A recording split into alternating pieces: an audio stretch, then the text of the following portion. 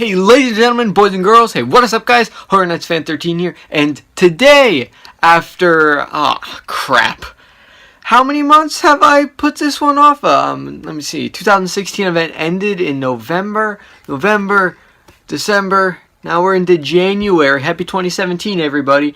I am finally getting off my lazy butt and doing my 2016 review. It's not going to be as long. The reason why I put it off for so long is I tried recording it 2 other times before it, but the first time it just wasn't very good, and then the second time it was maybe about half an hour and it wouldn't upload from YouTube mobile, and I didn't want to deal with the hassle of, you know, putting it on my computer and then uploading it from my computer. So I just said screw it, I'll redo it, and I got busy and I got lazy, and now I'm finally doing it. I don't know how many people are going to watch this because I did the same thing with my 2015 review and it got like less than 100 views, but hey, for you guys that watch it, thanks to you guys. You guys are awesome. Before I get into this video, please, as always, show your support. Like the video if you like it. Comment what you thought of 2016 Halloween Horror Nights Hollywood. And subscribe if you want to keep up with my updating into the 2017 Halloween Horror Nights updating season. I am uploading this video the same day that I'm uploading my 2017 lineup speculations. Yesterday is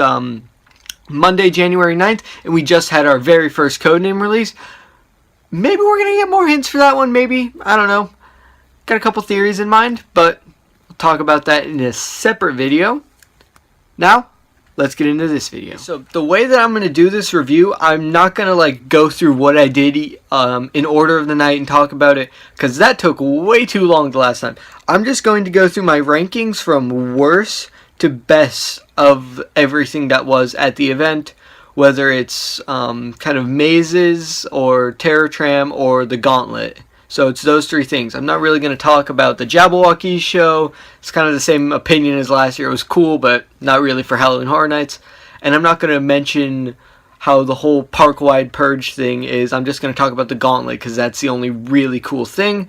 So now I'm going to get into this. There are 9 spots. Coming in at number 9, Eli Roth presents Terror Tram. I give that out of a 5-letter...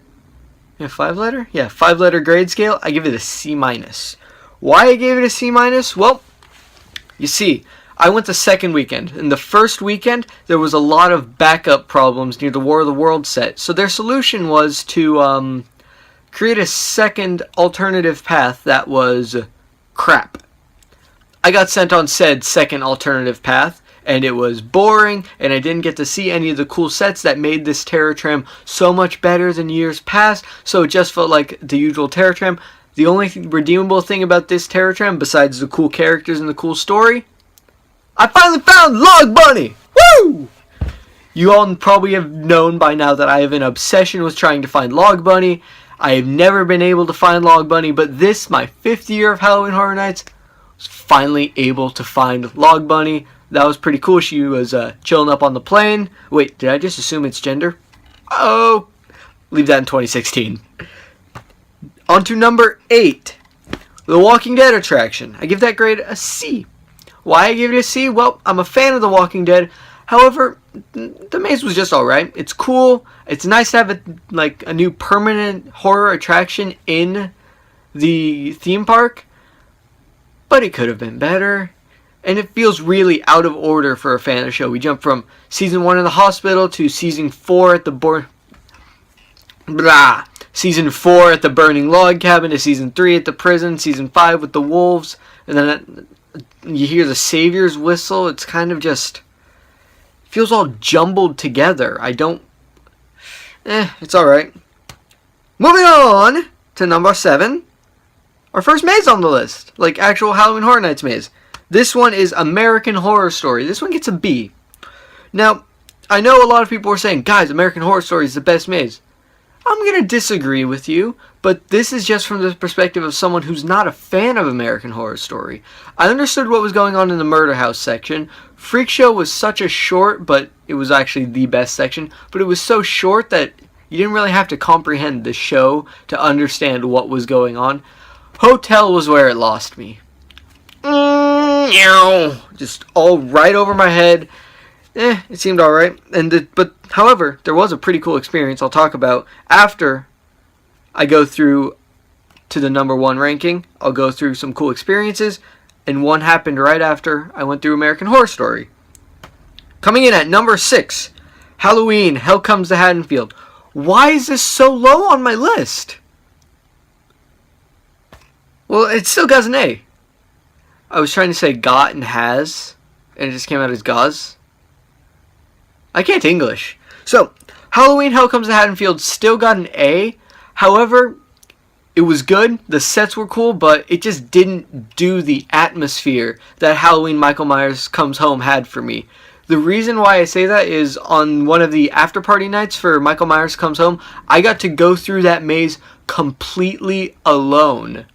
That is the most terrifying maze experience you can ever have. The characters won't jump out at the person in front of you or the person behind you and you'll miss the scare. No. They only see you.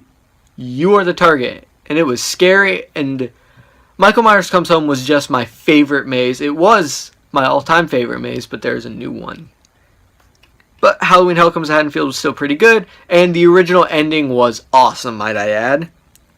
Coming in at number 5, this kind of ties for it as well, is the Texas Chainsaw Massacre Blood Brothers. I give this one an A as well. There was a great cast. They were probably the best cast of the night that I saw besides what comes in at number 4. But they were probably the best cast. However, the only thing that marks it down to the number 5 slot is that it was kind of an original story, but it also had scenes from Texas Chainsaw Massacre thrown in. So it felt kind of jumbled. However, I did think it was a very, very good maze, and I was very happy with the way it came out, and I was very excited about it.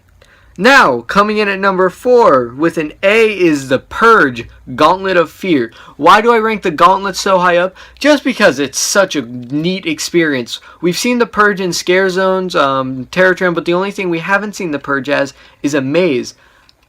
But The Purge wouldn't really work as a maze, now would it? Yeah. That's where the Gauntlet came in. The Gauntlet was essentially an outdoors maze of The Purge. And it felt really cool. The characters were really up close and personal. There was one guy who kept trying to take my shoes. And it was an awesome new experience. I really hope to see it come back in 2017. Because I'd love to see it. I just think it could be done a little bit better. They could probably learn from what they did in 2016 and take it and to improve upon 2017. Like maybe a few more set pieces on French Street, maybe do a bit more with Parisian Courtyard. I don't know, they can do a whole bunch of stuff. Maybe I'd like to have a maze back in that venue, but if not, I love the Gauntlet for it. Works perfect. Coming in at number 3. Now, you should know number 3, 2, and 1 are practically tied with just each one being a little bit higher than the other one. Coming in at number 3 is Freddy vs. Jason with an A+. I thought it was an amazing original maze. I thought it told the story perfectly. It blew Orlando's out of the water. Like, I only saw videos of Orlando's, but it just blew Orlando's way out of the water. The only thing that sucked for me going through this maze? Jason won. Boo! I wanted Freddy to win so bad. Even though it's just kind of a little thing where the actors change costumes and oh, Jason loses his head, Freddy loses his head. But still, the effects in the maze were cool. We got to visit iconic locations. The scares were really on fire. This had a great cast in it. Just not as good as Texas Chainsaw Massacre. Coming in at number 2, with an A+ also, is Krampus. Now, I thought Krampus had really great sets. It had an amazing facade. The characters looked so cool. The Krampus puppets, the Krampus actors themselves looked really cool. The dark elves were pretty creepy. The only thing that bummed me out about this maze, besides the final scare, give me a second. The final scare kind of sucking was that I didn't get to see the Jack-in-the-Box in action. That one really sucked. I wanted to see that Jack-in-the-Box moving and shaking and having the girl being eaten by it, but nope.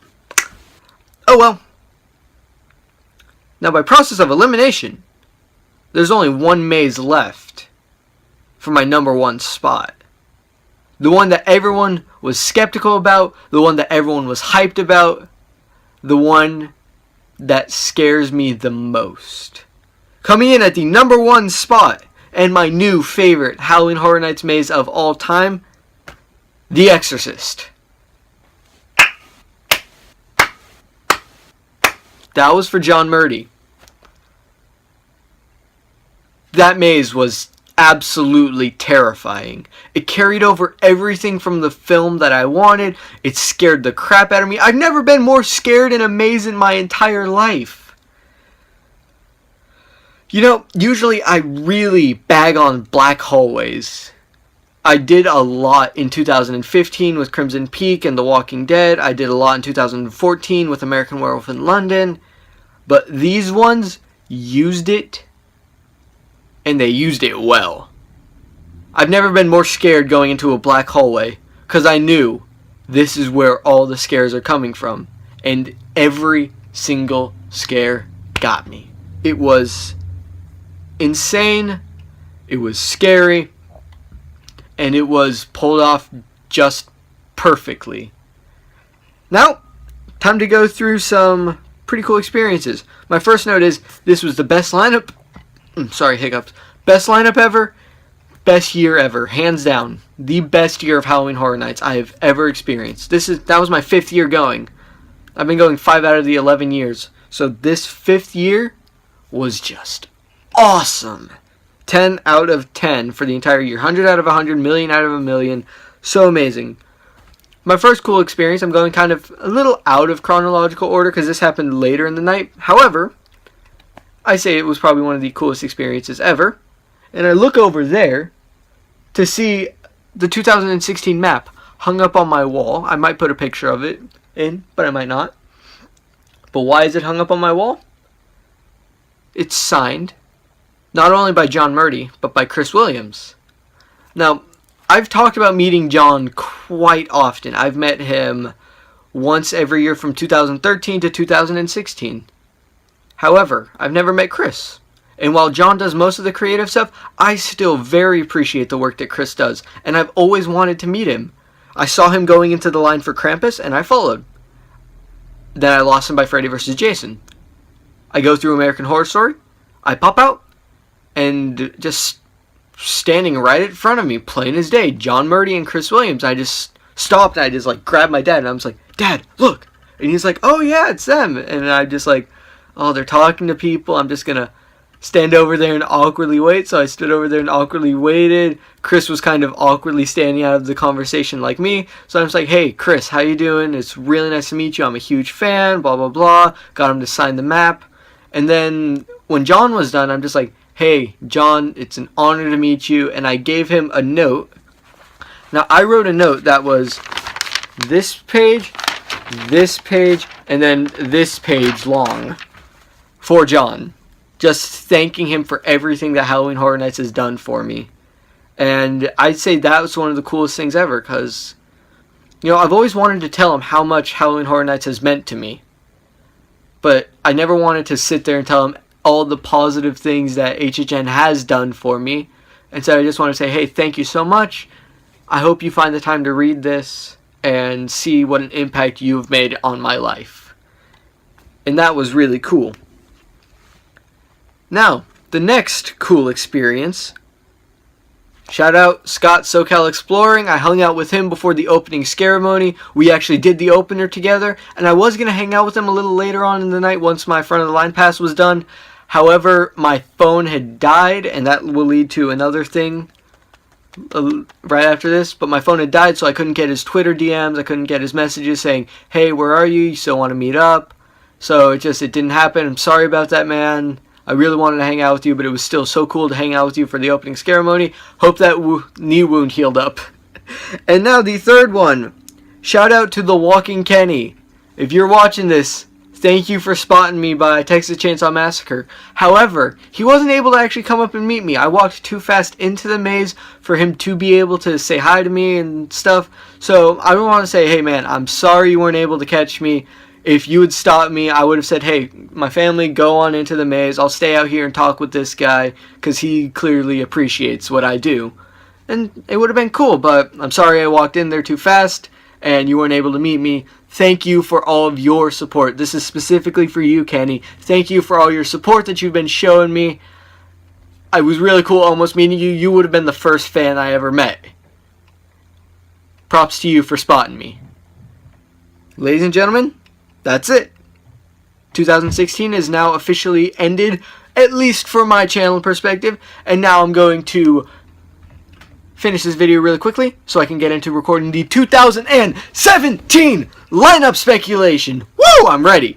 Alright, so thank you all for watching. Please, as always, show your support, like the video if you like it, comment what you thought of this year, and subscribe to keep up with the 2017 updating season. Thank you all for watching. I'll see you all in the next video. Take care.